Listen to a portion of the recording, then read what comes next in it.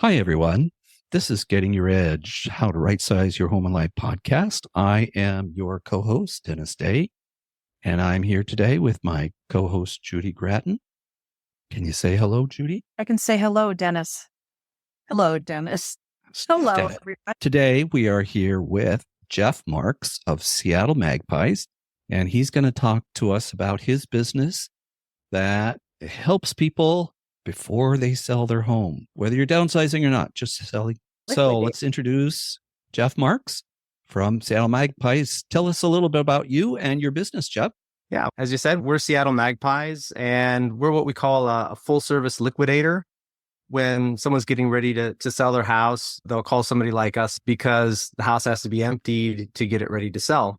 So we help manage that entire process, whether it's help pack it up and get it moved out of the house or sell the contents to try and raise some money. And at the end, just to empty the house and hand it over to the realtor to get it ready to sell. As there's a lot of steps involved after that point as well. We're just the very tip of that whole selling process. So when you're talking about the process, can you give an idea of how that works? At what point do they reach out to you before they put the home on the market, or how does that look? We enter the process at a lot of different stages. Some people are just thinking about downsizing. Some people are like, my realtor wants the house on the market next week because we'll miss the selling window. But generally, we're gonna enter at whatever point is needed and take people through the process. The first step for anyone looking to downsize is deciding what they want to keep and what they don't want to keep. They've got to go through their possessions and decide what they want to take with them to their new life, wherever they're going, whether it's downsizing from a big house, empty nest, to a small condo or a retirement community, or moving overseas, and how are they going to move it and transition it to the new space. Once everything's out of the house, you can look at the next step, which is selling. What do you do with what's left? Is it saleable? If so, how? At the end of the process, you never sell everything. There's always stuff left over. We need to empty the house and get it ready to hand over to the realtor and manage that transition. So there's a lot of steps to the process, and there's a lot of variations within that process. A lot of people think of liquidation as like an estate sale. It's probably the thing that people engage with the most, but there's actually a lot more ways to skin the cat when you actually look at a client's needs, whether they need to move quickly or whether they have, say, outstanding debts and they really need to raise money, or there's just lots of mitigating factors to come up with the best way to help people move on.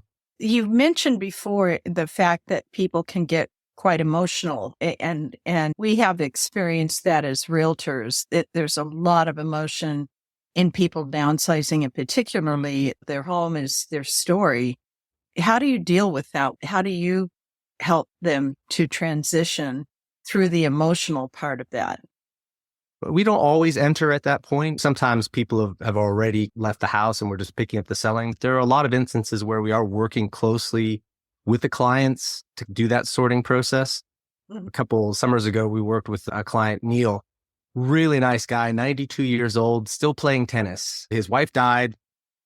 He lived in the big house all by himself and it was dusty. He couldn't keep up with it. And so he wanted to move to a retirement home. He needed help. So we went in and worked with them through the entire process where, he'd found a 1-bedroom retirement place. So we had to downsize dramatically. So we literally went through room by room, drawer by drawer, and talk to him about, okay, so in your new place, what do you need? What do you want? And it's a touching process because as you go through that, you'll often get stories. Oh, I won that tennis award at this such and such open. Just listening to them talk, one of the first things you do to try and let that out is they have a story to tell. It has meaning to them, and letting them know that they're heard is a big part of that detachment. But at the end of the day, it is about letting go. Some people do get stuck on things like family photos. People have got boxes and boxes and boxes of family photos. They've literally been in the top shelf of the closet for 15 years and they haven't looked at it once. And they're like, oh, we need all our family photos. You have to talk them through it and say, those are important parts of your family. Maybe somebody else in the family wants them because you don't necessarily have room for all those boxes of photos. Let's talk about how many photos you want to display in your new place. Can we get some frames? And let's pick out the ones you're actually going to look at and make sure we have them in a place where you can look at them. The other ones you haven't looked at in 15 years, so they're not as relevant anymore. And suggest that they focus on how it's going to apply into their new life, not their old life.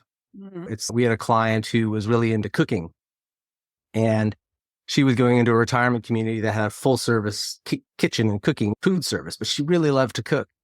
We're trying to work with her, and she's got an extensive amount of cookware. We're like, how much of this do you need in your new galley kitchen from your big gourmet kitchen? She wanted a lot of it. It was funny because we met up with her, I don't know, 6 or 8 months after, just for lunch to see how it was going at the place. So how's your cooking going? You stay in touch with the people that you work with from time to time. Oh yeah, quite often. Being an estate liquidator, it's a relationship. There's a lot of trust involved. You're literally handing over the keys to your castle when you invite us in to deal with all of your stuff, and do it in a very sensitive way, both in terms of being respectful of it and honoring their privacy. Yeah, we do quite often make friends and still stay in touch with quite a few of them.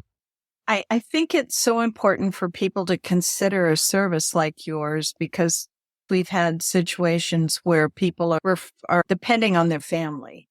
It doesn't always go well because the children just want you to get moved. That ability to share the stories and take time with the items before they let go of them is sometimes overlooked. It can cause issues between family members, which otherwise wouldn't be there.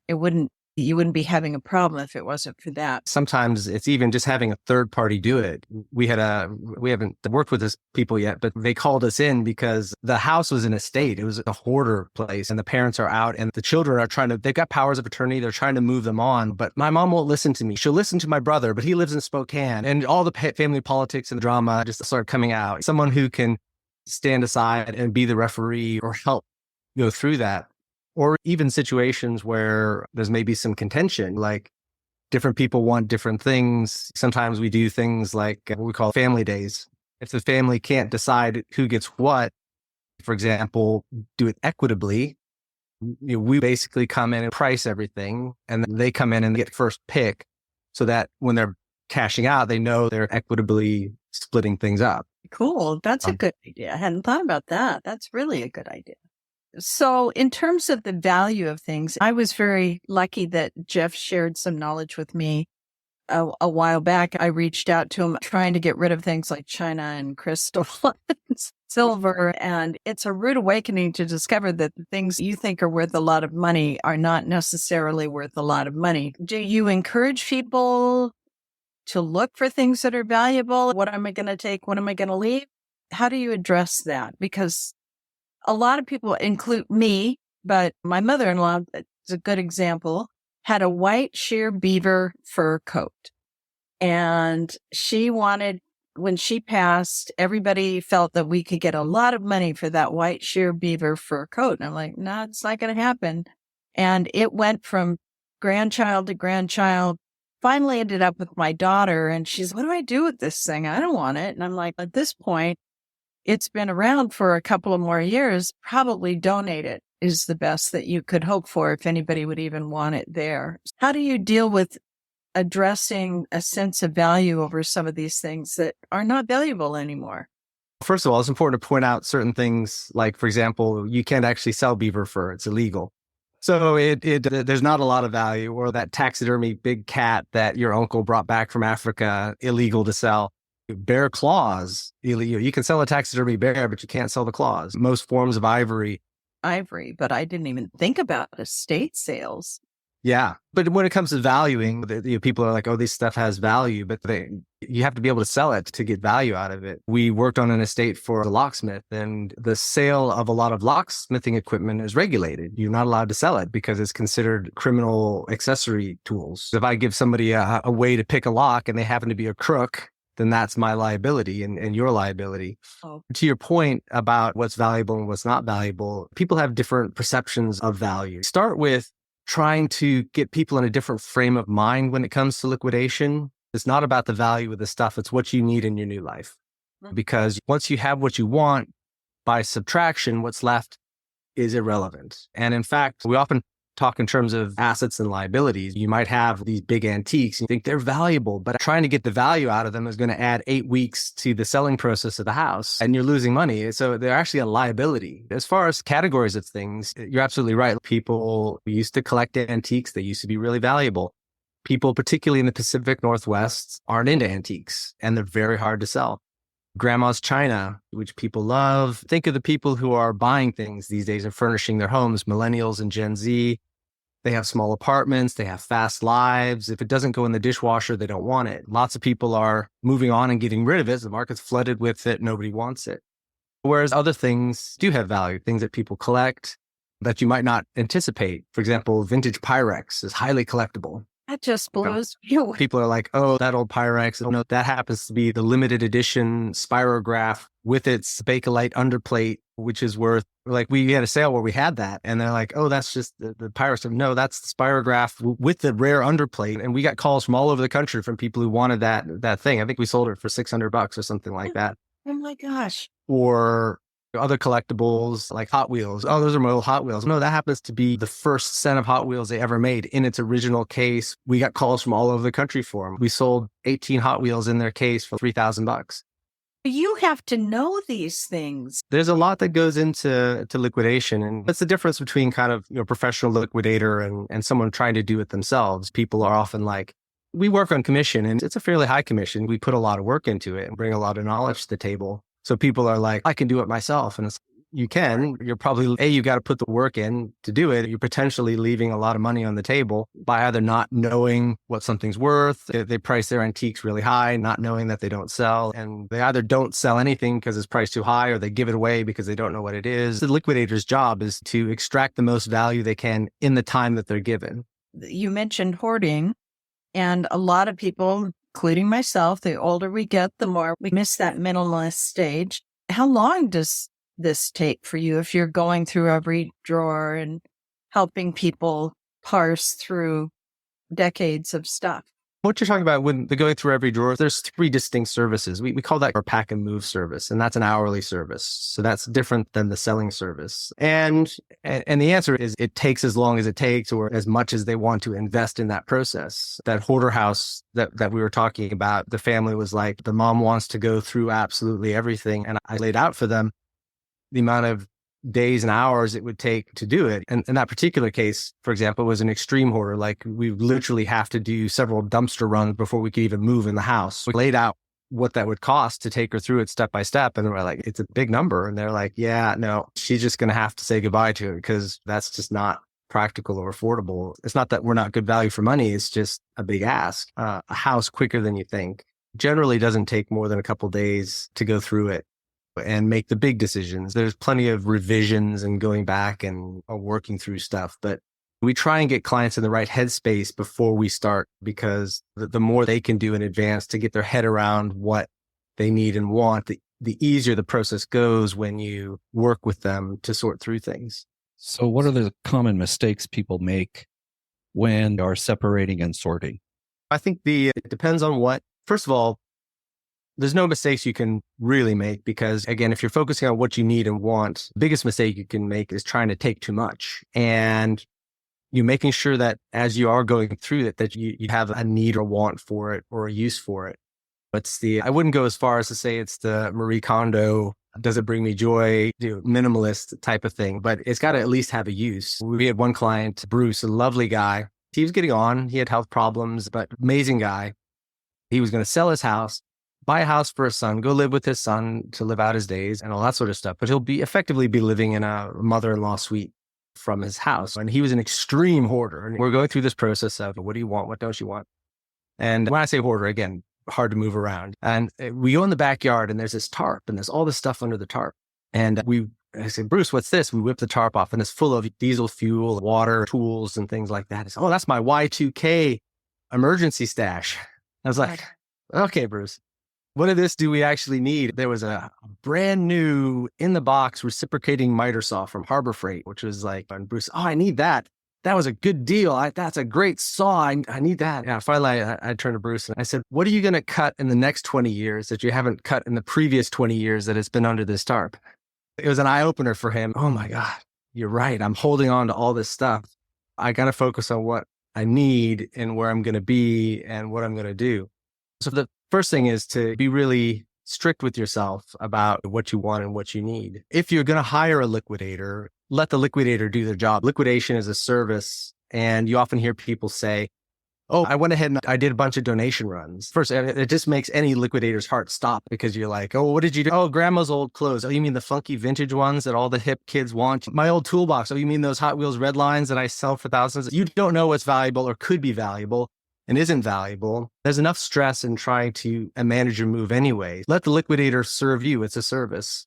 Focus on you, focus on your transition, focus on packing, picking what you want, and leave the rest behind and hand the keys over is the best advice to not make a mistake. Now, do you deal with people who are still living in the home as they're going through this, or are they out by the time you come into the picture? Yeah. And as I said earlier, there's lots of ways to do liquidation, and liquidation it's a messy thing, right? Everyone's situation is different, why they're moving, where they're moving, how much time they have to move. And some people don't have the choice. They have to sell their house before they get a new house, for example. It's not ideal, but you can make it work. With liquidation, it's a very chaotic process because if you're doing an estate sale, that's happening in someone's house. You're inviting strangers in. So you can't have stuff intermingled and mixed together. You really need to create a clear space if you want to extract any value out of things. So if somebody does need to live in the home while we're working there, we do suggest that they effectively pack up and sequester everything. We're like, okay, all your stuff goes in the back bedroom and we'll lock the door so that there's absolutely no mistake about what is to be sold or taken away and what isn't to be sold. People often ask, should I attend my own estate sale? We don't prohibit it, but we recommend against it because it's not comfortable for the person and it's not comfortable for the buyers either. It's just not recommended. When you're selling the house, it's not a good idea for the owner to be there. But again, we're practical. The job has to be done. If they have to live there, we make it work.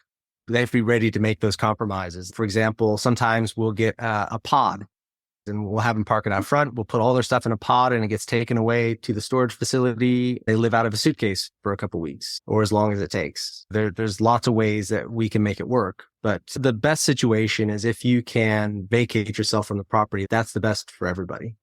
I think what I'd like to cover next is a bit about, okay, now you've done the sale and now comes the part of whether or not you are going to donate the things. How do you deal with their donations? I think now we've done the sale. There are still things left over. And I believe from our previous conversation, you mentioned that you help them donate things to places they want them to go. It might be worth touching on the point about sale viability because it's a point that people often miss. People think, oh, I've got stuff, I can sell it. It's not always the way you do it. There is that threshold for there to even be any sort of selling to happen from a professional liquidator. We all have minimums because it's all on commission. So Jeff, tell us what you do when the stuff in the home isn't as valuable as the owner thinks, and it's really not sellable. Yeah, and there are some situations where that's the case. Just to give you an example, to do an estate sale, a professional company is going to spend with their crew maybe a week setting up and a weekend running the sale. When we work on commissions, we have to cover those selling costs. So your break-even point on most estate sales is a gross revenue of about $10,000. If you can look around at your stuff and think to yourself, is this going to raise $10,000? That's the break point. Now, we can tell pretty quickly whether the contents of a home are viable for an estate sale. Normally, some clues are, we start by looking for what we call the long poles or the anchor items. Is there a set of sterling silver, or is there expensive jewelry or a vehicle that we can sell for hundreds or thousands of dollars? Because if you're trying to get to $10,000, it's a long way doing it $5 or $10 at a time.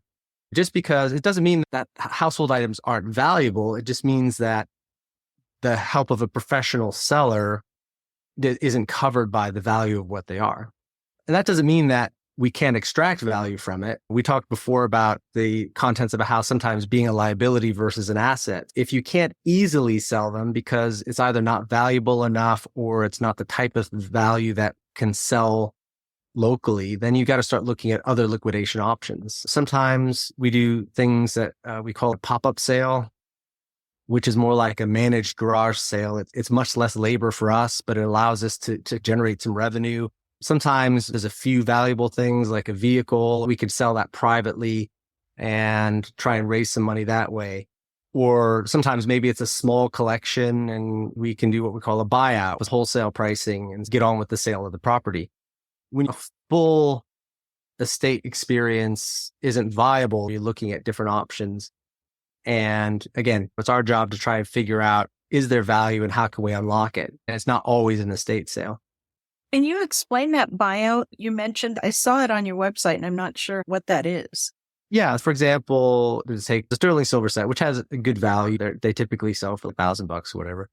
But there's just nothing else in the house. It's pretty bare. And you're like, okay, can't run an estate sale, but this silver has value. We'll be like, okay, we can effectively buy that from you at a fair wholesale price, which leaves a profit for us, but also allows you to move it quickly and we can move on. It's usually as part of the next phase of the process, which we'll talk about, which is the clear out, where you're clearing the house out.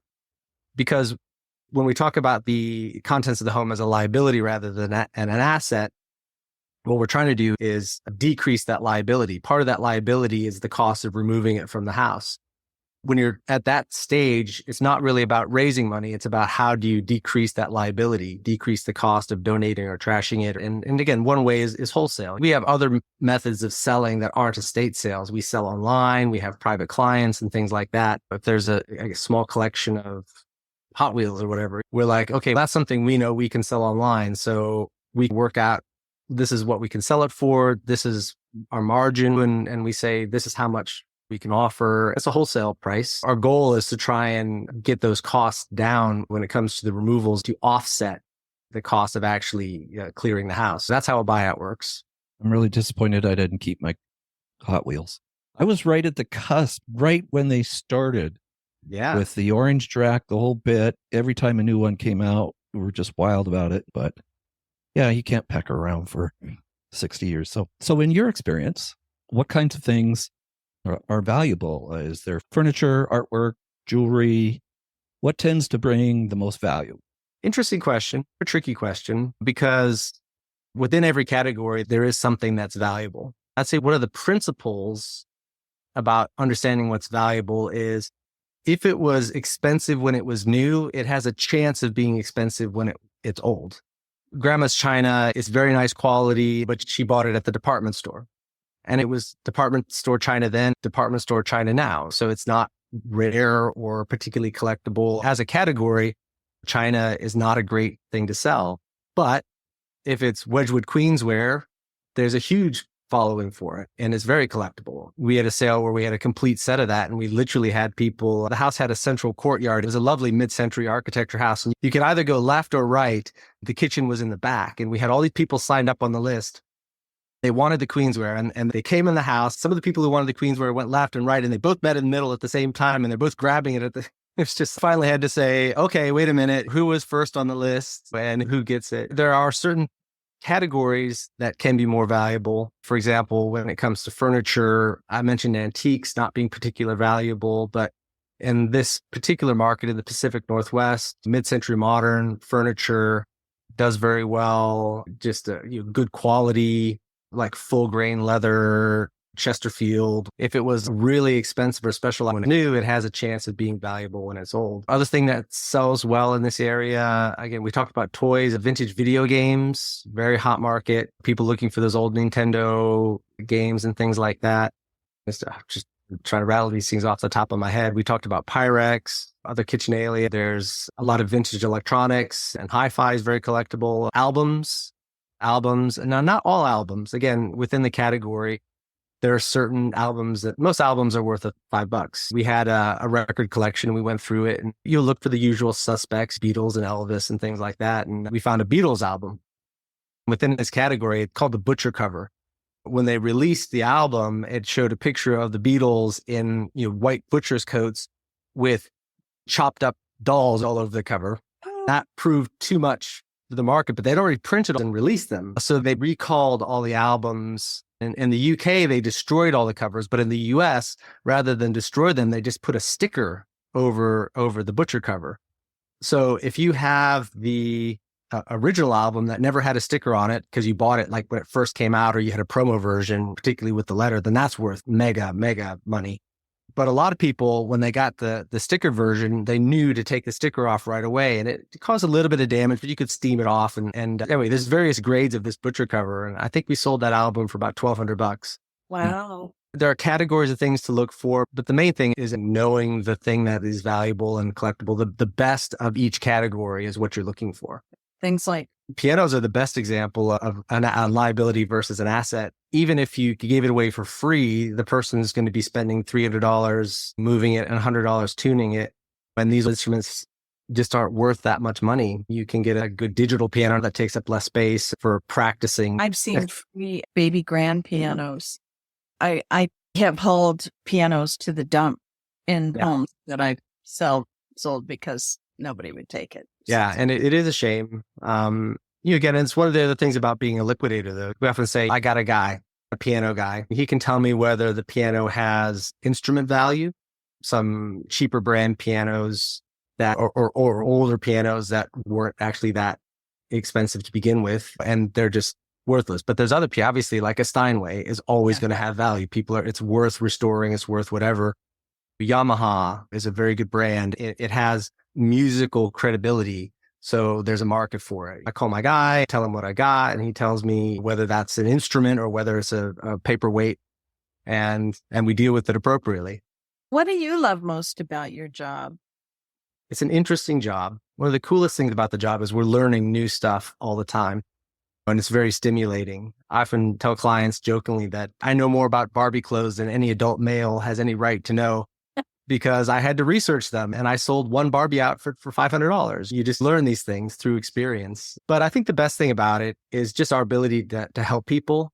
We get so many people who are so appreciative of what we do. We talked about how we form a relationship with the people we work with, and we get notes and letters and gifts like, I couldn't have done it without you. It was such a stressful time in my life, dealing with grief or change or whatever, and they're out of state and under stress. They're so appreciative that someone can come in, hand the keys over, and just know it's going to happen. And it does happen. And I don't know what I would have done if I didn't have this help. And that's the thing that makes you come back and deal with the rat poop and the dust in the hoarder houses and the messes. Because if you're not doing it, this family is going to be in a bad situation, and you're really helping them. That's what brings you in and makes you go the extra mile, knowing that they really need your help. Jeff, I'm wondering what you do with things you mentioned being illegal to sell, like the fur coat, the beaver fur coat, or maybe a stuffed cheetah from Africa. What do you do with these things that you can't sell? Again, it varies. Obviously, the best thing is if somebody in the family does want it or has a use for it. You can't sell ivory, but you can inherit ivory, for example. Donate it to a museum or something like that? Exactly. We talk with Fish and Wildlife about these things, and they recommend places where we can donate them. Museums, universities. There's a big cat conservation charity who's allowed to take them. There are places like that. Ivory, similarly, you can donate it to those places, or it ultimately gets destroyed, rightly because it is a problem. Beaver fur, we do the right thing. We take it out of circulation. And sometimes that means destroying it. But if we can find a home for it, we certainly do, whether it's with the family or with an institution. What is the coolest, funnest, most memorable thing you found? Yeah, we get that question a lot. And you sell so many things, it blurs together. But we certainly love selling cool things like vintage cars. We sold a 69 Charger once, Dodge Charger. It got a huge amount of interest and made lots of money.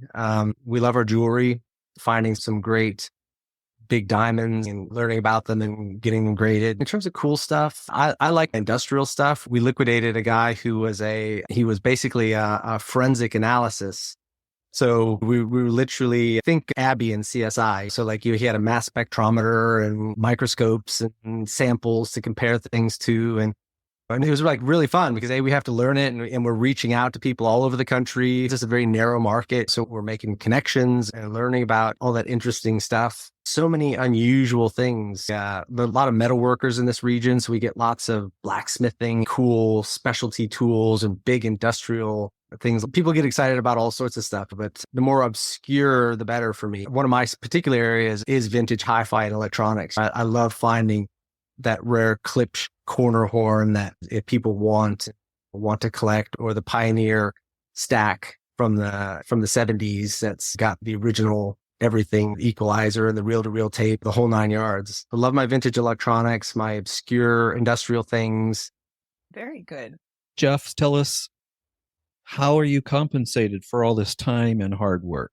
Good question. We talked about the different services we have. There's packing and moving, the selling process, and the clearing out process. For packing and moving, it's an hourly charge, typically about $75 an hour. There's other things that we do in that service. For example, sometimes people need an inventory for probate. And again, by the hour, we'll come in. We aren't certified appraisers ourselves, but we do have appraisers who we bring in. Appraisers generally cost around $150 an hour. A lot of that upfront work, people charge by the hour. It's a service.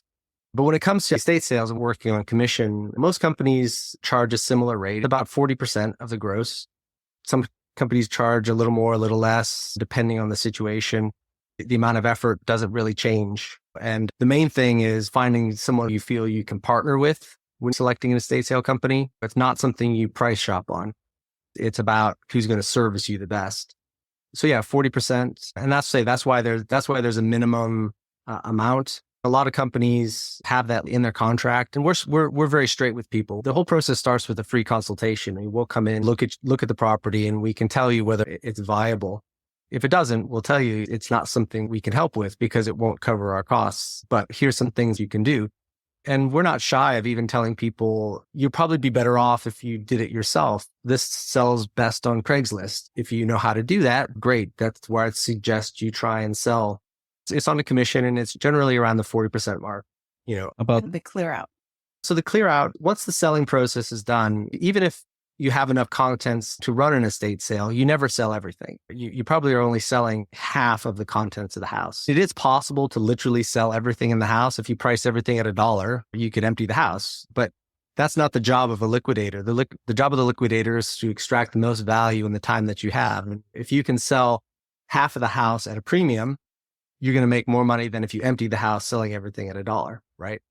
But you still need to empty the house at the end. We do offer that service. Not a lot of estate companies do. And there are other people that provide the service, from Got Junk to other clear out companies. But when you're working with those companies, it's literally going to the dump in a dump truck and dumped out the back. Our philosophy as people who are working with families with needs is about donating and recycling as much as possible. After the sale's done, if you engage us to do the clear out, we'll come in with the crew. We'll literally pack all the donations, things that are donatable. It's interesting, even knowing what's donatable is a skill, because donation places are very picky about what they'll take. We pack it all up. We basically then load a truck. We do a donation run, and everything that we haven't packed for donation is trash. Then we load the rest on the truck and take it to the dump. Our goal at that point is, if it isn't attached to the wall, it's gone. When getting a house ready for sale, the realtors want, so that they can come in and do the repairs, paint, cleaning, staging, etc. So that's what we do. And the whole process takes about 2 days. The cost to clear out a typical non-hoarder house, it's about $2,000 plus whatever the trash bill is what people can expect. And so that's a crew working for 2 days plus the truck. Can you handle old fertilizer, paint, oil, insecticides? A great question, because the answer is yes and no. As a company and as an individual, I'm not licensed to carry hazardous wastes. So if I put those things on my truck and I drive away and I get pulled over and they find that I'm transporting hazardous waste as a company without a license, I get in big trouble. However, we do have licensed hazmat people to take care of those things. Interestingly, as a rule, what's considered a hazmat and what isn't can be a blurry line. There's some things that you wouldn't think twice about, like bleach, but it's actually considered a hazardous material for a company to transport at certain volumes. So we generally say that we don't transport liquids, because instead of trying to parse what's toxic and what's not toxic, we put all the paint and liquids in a box in the garage. If we can dump it down the drain like vinegar, we empty as much as we can. If we have a question, we leave the liquids. And if you'd like us to contact our hazmat guy, we do it. And it's not that expensive. Our hazmat guy, it's about $200 to do a hazmat run, and we dispose of it properly. Latex paint has to be dried out, which takes forever. or you take it to certain locations. You can only drop off so many gallons at a time. In our area, there are hazardous waste facilities where you can take fertilizer and things up to certain quantities. Usually at the transfer stations, a couple of the transfer stations have hazmat areas, and we do that. We had a client just recently who went into his garage, and there were 5 50-gallon drums of diesel fuel that had been there for 30 years. How do you deal with that? We did find a company who can take 50-gallon drums, or the alternative was to get a barrel pump and decant it into 5-gallon barrels, because you could only drop it off in certain amounts at a time, and basically decant it and take it to hazmat in stages. You're absolutely right, because a lot of these old houses, you find those old linoleum style tiles that are actually full of asbestos, and you have to handle them really carefully. Just like everything else in the estate business, your knowledge is really important about what you can and can't do or shouldn't do. Thank you. That's amazing. Was that your same guy that was saving up all the stuff for Y2K, or? No, different guy. Jeff, if we were looking for Seattle Magpies, what would we do to find you and where? We have a website, www.seattlemagpies.com. We're on Facebook. We're on email, seattlemagpies@gmail.com. And we're happy to take calls. We answer our phone pretty much all the time, 206-272-0371. Are all your weekends are taken with estate sales right now? If I wanted to do one, am I going to wait 6 weeks, 10 weeks? Where am I at?